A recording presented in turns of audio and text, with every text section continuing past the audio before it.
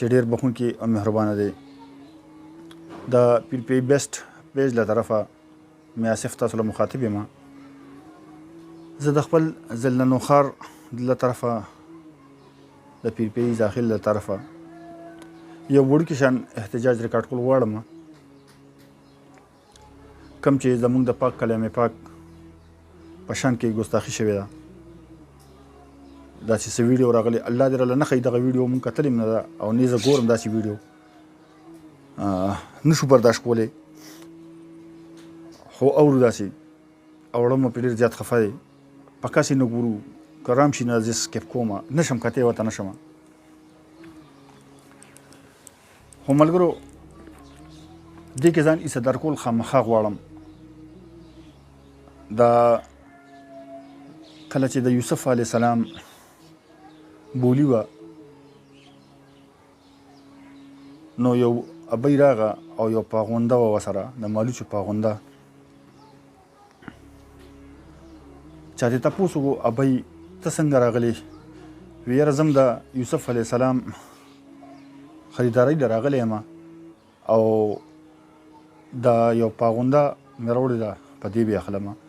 نو اور پورې وخاندل چې یاره ابۍ هغه له خو د سونې سره تللی شي او تا د مالوچ یو پاغونده راوړې ده. نو ابۍ ورته وفرمیل چې او بچې ما له پته ده چې هغه زه نشم ویشتی، خو کم از کم د الله په نیز کې چې په د یوسف علیه السلام سره محبت کوونکو کې زه شمار شمه او د شمیر کې راشمه چې یاره د یوسف علیه السلام خریدارۍ له د فلانکۍ هم راغلې وه. ملګرو دا ویډیو هم زه صرف په دغه غرض کومه، رب العالمین ډېر لوی بادشاه دی، هغه په خپله توګه دغه انسان له عبرتناکه سزا ورکوي. داسې سزا به چې دا ټوله دنیا به ویني، خاص کر دا بېدینه خلک به ویني. خو زه شریک کول ځان غواړم په دغه احتجاج کې چې د دغې پرزور مذمت کوم او خپل حکومت نه مطالبه کوم چې څه کېدی شي د هغې نه لږ زیات کوشش وکړي چې سویډن سره زموږ تعلق ختم شي، هر قسمه لیندین ورسره ختم شي. نور په دغه خبرو خو به کوم چې پیره شي ای په پوهېږي، خو ما تاسو له خپل غرض بیان کو چې صرف په دغه ټولي کې ځان شمیرل غواړم او سره د ستاسو دا ویډیو زما شیر کوي او هغه بدبخته بې ایمانه خلکو له چې دا ورسي چې دا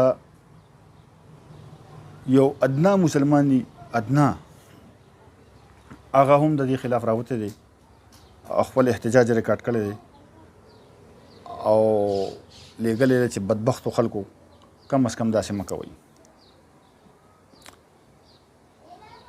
دا زما د کلي د اړخ نه، زما د علاقې د طرف نه، زما د ټول مسلمانۍ د طرف نه دا یو وړوکی شان پیغام دی چې په دې خبرو خو موږ دونه نه پوهېږو، خو که رب العالمین دغه کس په ګوتو راکړو نو کېدی شي چې کچه غوښې وخورو.